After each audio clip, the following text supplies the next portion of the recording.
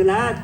Ako'y natutuwa at lubos na nagagalak dahil sa pinamalas ng ating mga mananakbo, mga marathoners dito sa ating first Nueva Ecija marathon.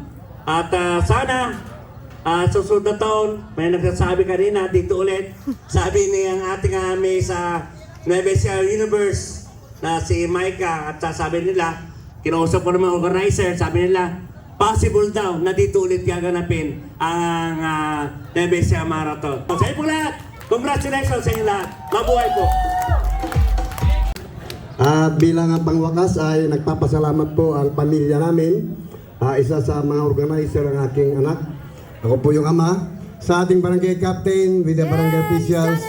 Ganon din natin po ng bayan na aking pinsan. Sa inyo po lahat, talagang akala ko imposibleng magaganap ang first Nueva Ecija Marathon. So merong first, sabi nga ni Mayor, merong second, at ang plano ko, pangako, sana sa panahon ng birthday ko, February 15. Kasi po, napakaganda pala. Nung una wala akong ka-idea, ngayon susuporta na ako. Hindi ko pa sinuportahan yan. Simple lang yung bilhin kong suporta. Ngayon alam ko na yung mga defekto, nakita ko. At kayang-kaya na natin yung pagsama-samahin ng mga race organizer.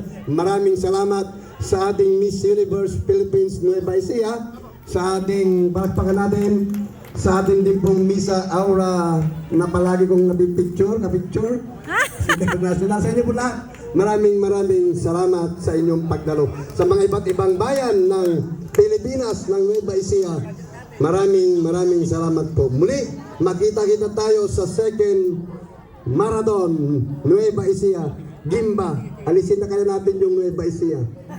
Biro lang. At sa Barangay Bantog, Kapitan, nag-usap na rin kami, nakasuporta kasama ng kanyang barangay official. Maraming salamat muli. Magandang umaga po sa atin lahat. Kasama natin ngayon si Miss Jonalis Padre Sakay, ang event chairman ng Nueva Ecija Marathon 2024. Congratulations, Miss Jonalis! Yes, ano masasabi mo sa naging overall event result nitong event na ito? Yun, unang-una sa lahat, gusto ko magpasalamat sa lahat ng sumuporta at lahat ng nakipag-participate sa ating Nueva Ecija Marathon na ginanap dito sa Gimba. So, ito yung first ever Nueva Ecija marathon sa Nueva Ecija. Yes. So, very proud to be a Gimbanian talaga. Talaga, Na pioneer, yes. The yes. pioneer of the Nueva Ecija Marathon.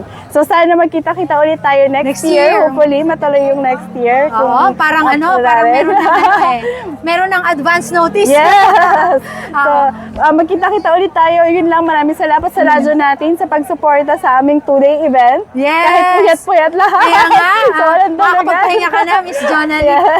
Kumusta naman yung paghahanda nyo para dito? Talaga bang matindi? Nag-start kami ng preparation in February. So, Diretso na yan hanggang ngayon. Kaya, so, ngayon yung final natin. Congratulations po ulit at see you next salamat. year. Yes! Congrats! Maraming salamat po.